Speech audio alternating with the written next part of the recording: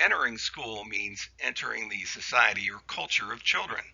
Children establish a language, set of rules, behaviors, and roles for one another.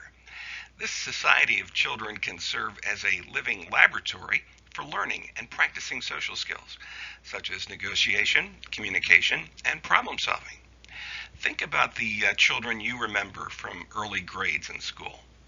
You may remember some children who were known by many and were well liked. These popular pro-social children are highly visible and seem to have the support and the encouragement of the school. Some children are popular, but their popularity comes from altercations with other students and rebelliousness within the school. It may be hard for these children to change their social behavior as it has become part of their persona and popularity. Some children are withdrawn and suffer the rejection of other children. They may have some qualities that make them a safe target for bullying, such as being poor, having a physical challenge, or being shy. School-aged children are forming a sense of self or self-concept. This begins earlier in life, but continues to take shape in middle childhood. In societies where media is powerful, children may develop evaluations of themselves based on images or products in television shows, commercials, or on the internet. Erik Erikson believed that children in middle childhood struggle with industry, a stage of being busy and learning about one's capabilities, versus inferiority. In this lecture, we look at psychosocial development in middle childhood, organizing our discussion under the topics of the nature of the child, families during middle childhood, and the peer group. Children in this developmental period have a drive for independence from parents, which expands the social world. They learn to care for themselves, and they learn from each other. Middle childhood is a time to explore independence and test limits. In early school-age years, children put up little resistance to parental authority. As the child becomes older, the child becomes more interested in independence and unwilling to accept limits, such as curfews or clothing restrictions.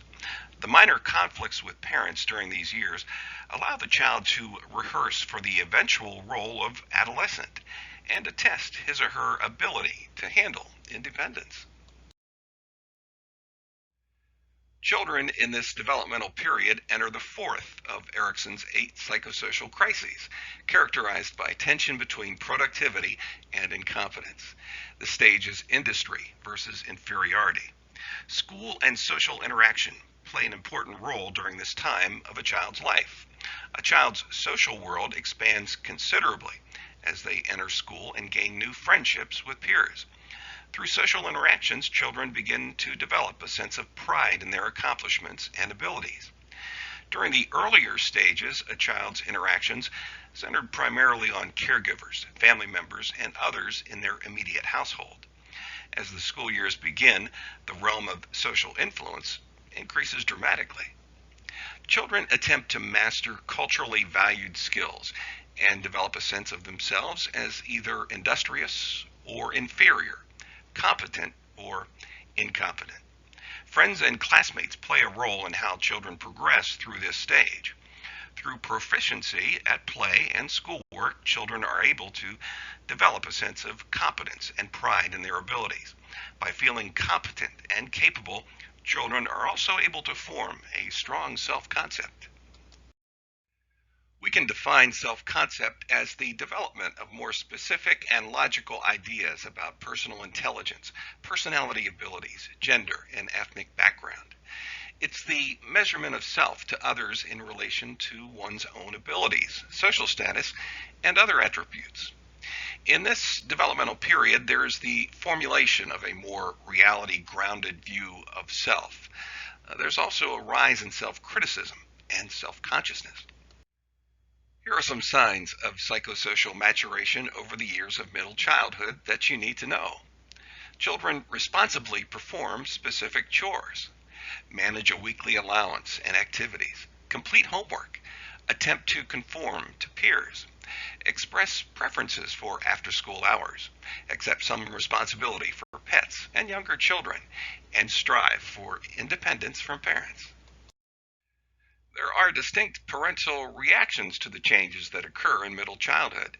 There's a shift from provision to engagement in dialogue, discussion, and shared activities. There are various levels of release from parental supervision and provision of more autonomy. So there's a decrease in time with parents and an increase in time alone. It is important for both parents and teachers to offer support and encouragement. However, parents should be careful not to equate achievement with acceptance and love. During middle childhood, children's personal identity develops so as to become more complex, multifaceted, and abstract in nature. As children develop a more complex picture of who they are and what they are capable of, they start to compare themselves to other people. Children's overall self-esteem may fluctuate or decrease as they start this process of social comparison. Children who affirm pride in their gender and ethnicity are likely to develop healthy self-esteem. Some face social prejudice related to their minority or religious group membership. Developing a sense of pride is more effective for self-confidence than directly preparing children for prejudice. A study from the University of Washington provides a glimpse into how children perceive their social identities in middle childhood. The research found that children rate gender as more important than race. However, black and mixed race children ranked race as more important than white children did. In response to open-ended questions, black and mixed race children mentioned racial pride much more often than white children did. This suggests that white kids and kids of color are navigating very different worlds when it comes to race. Most white kids in the study said race is not important, it doesn't matter. But kids of color would say, yes, race does matter to me. While the emphasis on equity among white children may seem encouraging, the researchers said some white children interviewed were reluctant to broach the subject of race. When asked what it meant to be white, one white third grader refused to talk about it. Another important characteristic in middle childhood is resilience. It's the capacity to adapt well to significant adversity and to overcome serious stress. Some important things to remember: resilience is dynamic, not a stable trait. A person may be resilient at some periods, but not at others. Resilience is a positive adaptation to stress. If rejection by a parent leads a child to establish a closer relationship with another adult, that child is resilient. The adversity must be significant. Resilient children overcome conditions that overwhelm many of their peers. Accumulated stresses over time, including minor ones, are more devastating than an isolated major stress. The single most common factor for children who develop resilience is at least one stable and committed relationship with a supportive parent, caregiver, or other adult. These relationships provide the personalized responsiveness, scaffolding, and protection that buffer children from developmental disruption. Resilience is the result of a combination of protective factors. Neither individual characteristics nor social environments alone are likely to ensure positive outcomes for children who experience prolonged periods of toxic stress. It is the interaction between biology and environment that builds a child's ability to cope with adversity and overcome threats to healthy development.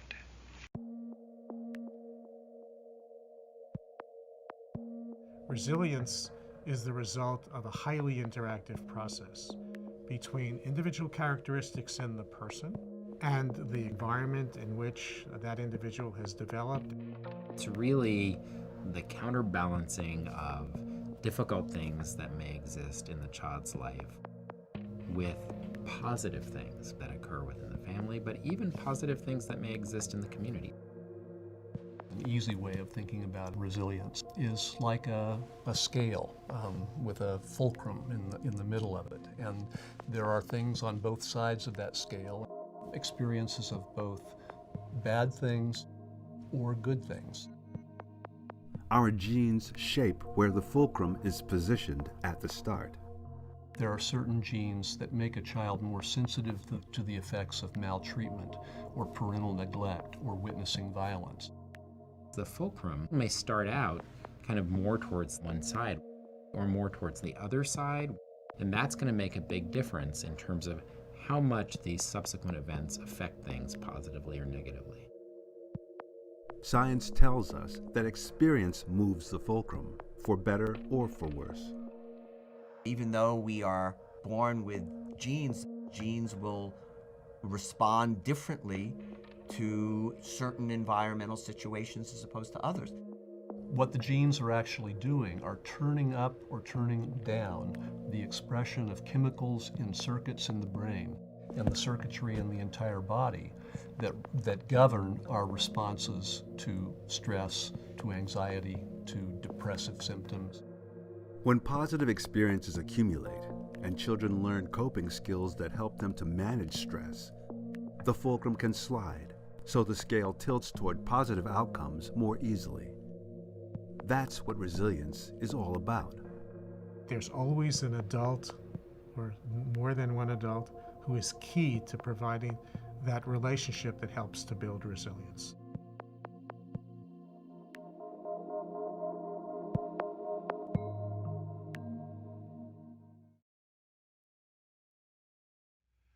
Some other factors contributing to resilience fall under cognitive coping. One is the child's interpretation of events. The interpretation of a family situation, such as poverty or divorce, impacts how that situation affects him or her. Of course, the support of family and community is helpful. Personal strengths such as creativity and intelligence help.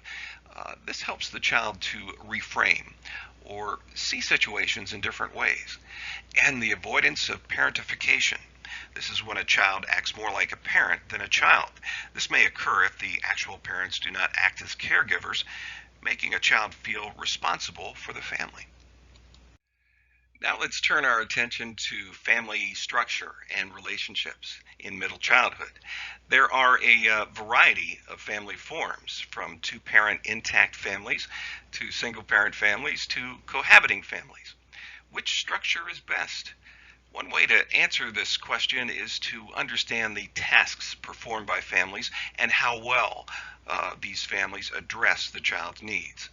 Family tasks include providing food, clothing, and shelter for children, encouraging learning, developing self-esteem in children, nurturing their friendships, and providing a harmonious and stable environment for family life.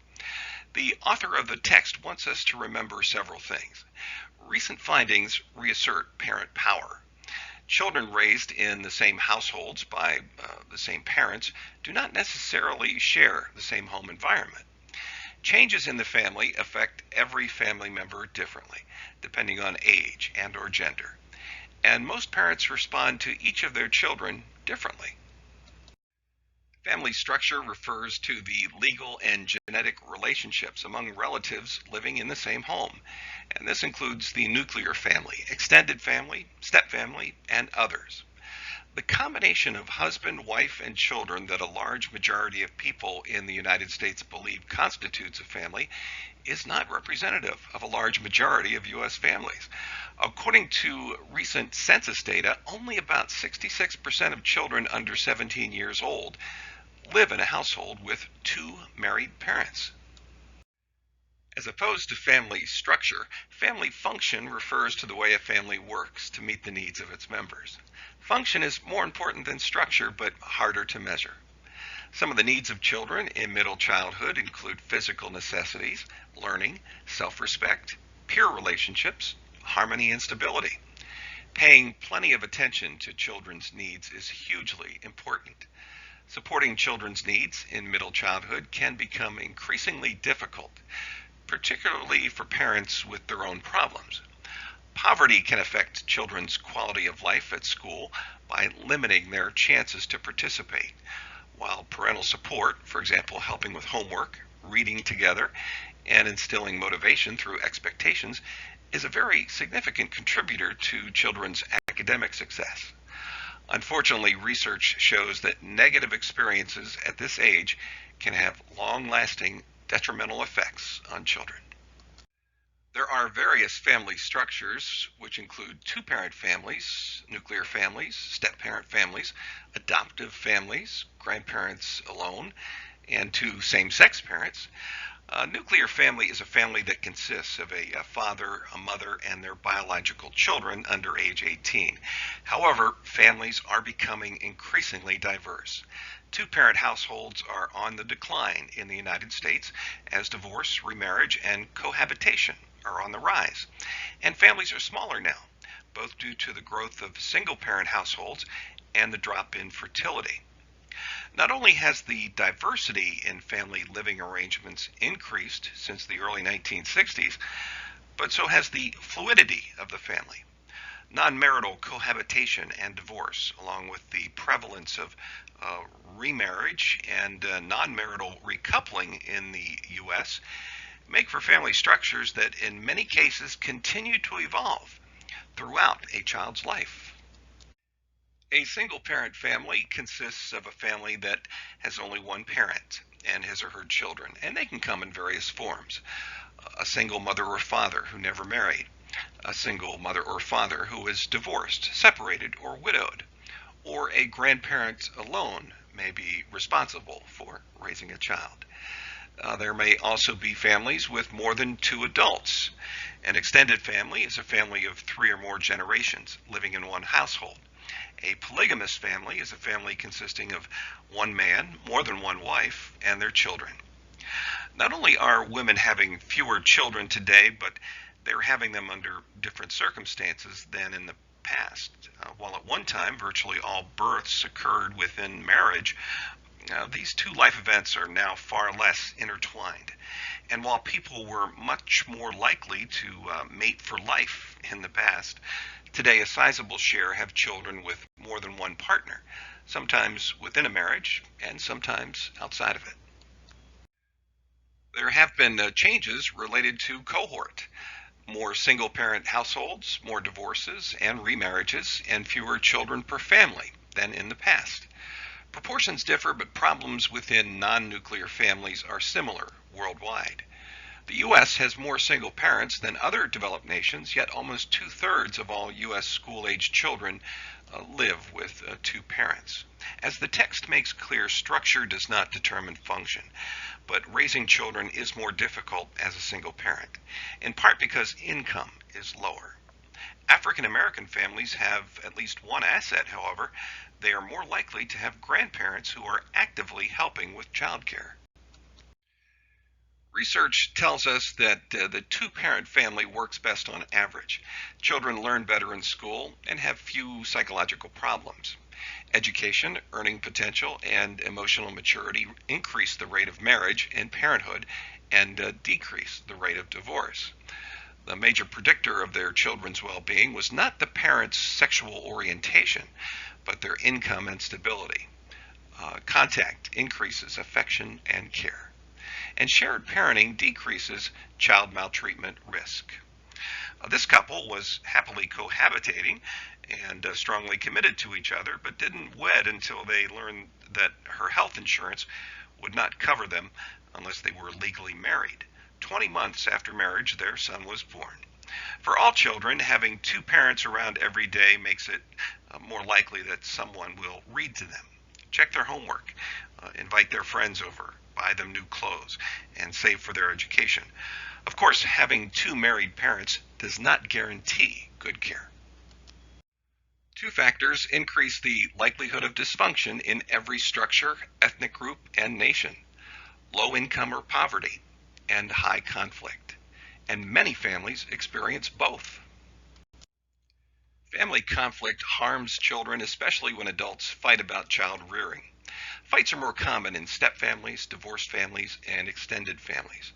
Although genes have some effect, conflict itself is often the main influence on a child's well-being.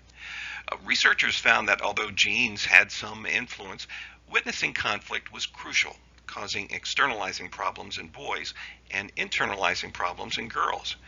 Quiet disagreements did little harm, but open conflict, such as yelling when children could hear, and divorce did. In this final section of the lecture, we focus on the peer group. Wherever anthropologists have observed cultures and paid attention to children as well as adults, they've observed two cultures, the adults' culture and the children's culture. The two cultures, of course, are not completely independent of one another. They interact and influence one another. And children, as they grow up, gradually leave the culture of childhood and enter into the culture of adulthood. Peter Gray, a research professor at Boston College, stressed the importance of the culture of children. He said children learn the most important lessons in life from other children, not from adults. The culture of children sets them apart from adults and helps them to gain independence.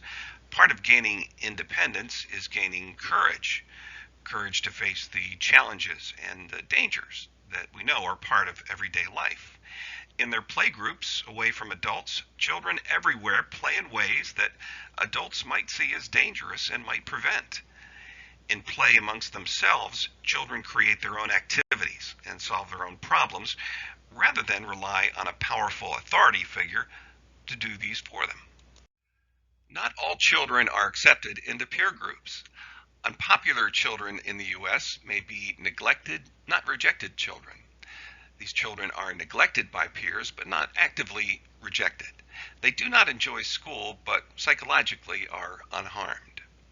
Aggressive, rejected children are disliked by peers because of antagonistic, confrontational behavior and may become bully victims. Withdrawn, rejected children are disliked by peers because of their timid, withdrawn, and anxious behavior. Bullying involves repeated systematic efforts to inflict harm on a weaker person. Physical bullying is typically the target of anti-bullying laws and policies because it is easier to spot than relational bullying. But being rejected from the group, especially with gossip and lies, may be more devastating to the victim and harder to stop. According to Pew Research, 6 in 10 parents worry that their child or any of their children might be bullied at some point. There are 4 types of bullying. Physical, which involves hitting, pinching, or kicking, for example. Verbal, teasing, taunting, or name-calling. Relational, which is destroying peer acceptance and friendship. And cyberbullying, using electronic means to harm another. Most research on cyberbullying has focused on adolescents. However, the emergence of cyberbullying in middle childhood has been documented. The youngest age mentioned in the research was 5 years old. The causes of bullying in early childhood are a chaotic home life, ineffectual discipline, hostile siblings, insecure attachment. In middle childhood, it may represent an attempt to gain status and power. The consequences of bullying for both the victim and the bully are serious psychological disorders which may develop by age 18. Impaired social understanding, lower school achievement, relationship difficulties, and higher adult mental illness rates. Children in this developmental period are continuing to develop a sense of morality. Children show a variety of skills, such as making moral judgments and differentiating universal principles from conventional norms. Some influences on moral development in middle childhood are the peer culture, personal experience, and empathy. Empathy is the understanding of the basic humanity of other people. School-age children can think and act morally, but do not always do so due to the hidden curriculum or adult values. While some children are gifted with naturally kind hearts, in most cases kids need to see empathy modeled by the adults around them. It begins with the way parents relate to their children. Parents who show an interest in the things that matter to their kids and respond to emotions in a positive and caring way are teaching the skill of empathy. The child's culture has an important influence on the moral rules. Children align themselves with peers when adult morality clashes with child culture. 3 moral imperatives of child culture in middle childhood are as follows. Defend your friends. Don't tell adults about children's misbehavior. And conform to peer standards of dress, talk, and behavior. Kohlberg's levels of moral thought have been used to assess the development of moral reasoning in children. The stages of morality stem from 3 levels of moral reasoning, with 2 stages at each level. See Table 8.3 for additional information about the 3 levels and 6 stages. Kohlberg judged moral development not by the answers, but by the reasons children gave for the answers to moral dilemmas that were presented to them. Pre-conventional moral reasoning emphasizes rewards and punishments. Conventional moral reasoning goes a step beyond and emphasizes social rules.